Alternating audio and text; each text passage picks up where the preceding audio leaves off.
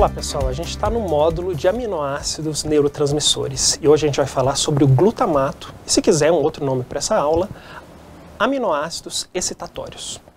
E aí, se você tiver um pouco de toque, for como eu, meio obsessivo, você vai ficar feliz de saber que a gente tem um roteiro para essa aula. A gente vai falar dos seguintes tópicos: a gente vai falar sobre o histórico do glutamato, a gente vai falar sobre a sua estrutura química, a importância disso, a sua síntese e degradação. A gente vai falar sobre a anatomia das vias glutamatérgicas, sobre os receptores ionotrópicos de glutamato, os receptores metabotrópicos de glutamato, e a gente vai falar sobre plasticidade sináptica, potencialização de longo prazo, depressão de longo prazo. Então nós vamos falar sobre o histórico do glutamato. E aí meu primeiro objetivo nessa aula é provar para vocês que aprender sobre glutamato não é só fundamental, como também é saboroso, quem diga que é delicioso. E aí eu estou me referindo ao professor Kikunai Ikeda, na Universidade Imperial de Tóquio, que lá em 1908 estava tomando o seu misoshiro, e eu me identifico com ele porque eu adoro misoshiro. Quando vou no restaurante japonês, peço misoshiro, não posso estar frio, está calor. Quando está calor, minha esposa quer me matar, não entende por que eu estou tomando aquilo. Mas o professor Kikunai Ikeda me entende, me entendia. E aí ele estava tomando o seu misoshiro em 1908, e aí teve aquela sensação de que o gosto que aquele alimento tinha era um gosto diferente de todos os outros que ele conhecia.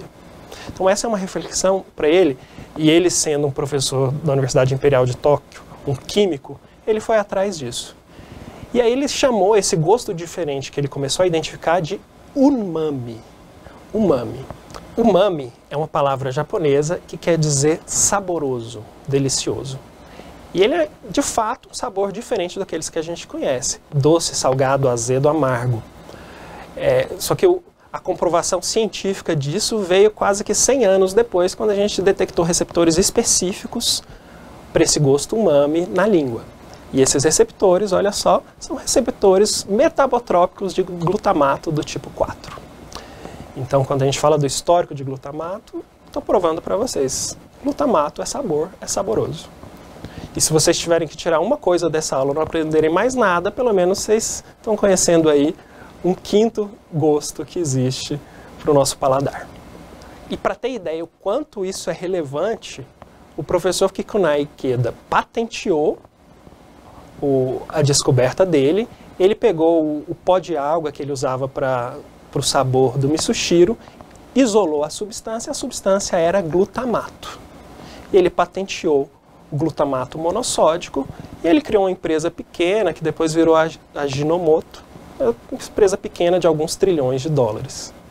E quando você vai olhar praticamente todos os alimentos industrializados, você vai ver lá na composição glutamato monossódico, que dá esse sabor, o gosto umami para os alimentos.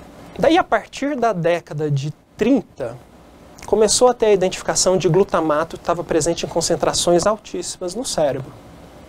E aí, inicialmente, não se tinha uma ideia do que aquilo significaria. A ideia inicial é que ele estaria ali para constituir as proteínas do cérebro, como um aminoácido importante, e também envolvido no metabolismo energético, porque ele faz parte do ciclo de Krebs. Então, nessa época, começou-se a tomar suplementos dietéticos de glutamato, tentando ajudar retardo mental ou problemas de cognição. Tem até alguns estudos clínicos com isso. O papel eletrofisiológico do glutamato no cérebro ele foi descoberto na década de 50.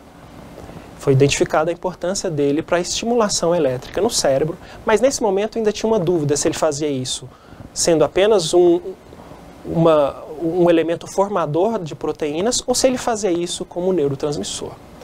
Esse período de dúvida durou ali em torno de 18 anos. A partir do final da década de 60 ficou claro que sim, glutamato era um neurotransmissor.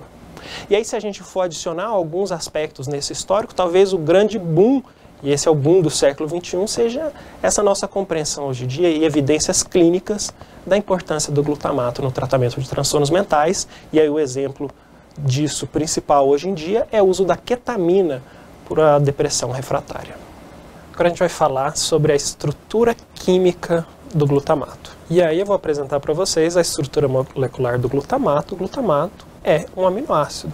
Como eu falei para vocês, essa aula também pode ser chamada de aminoácidos excitatórios. E talvez esse seja o único momento da aula que eu vou falar do aspartato. Essa é a estrutura molecular também do aspartato. A única diferença é a posição do grupo amina dentro do aminoácido. Essa é a diferença da estrutura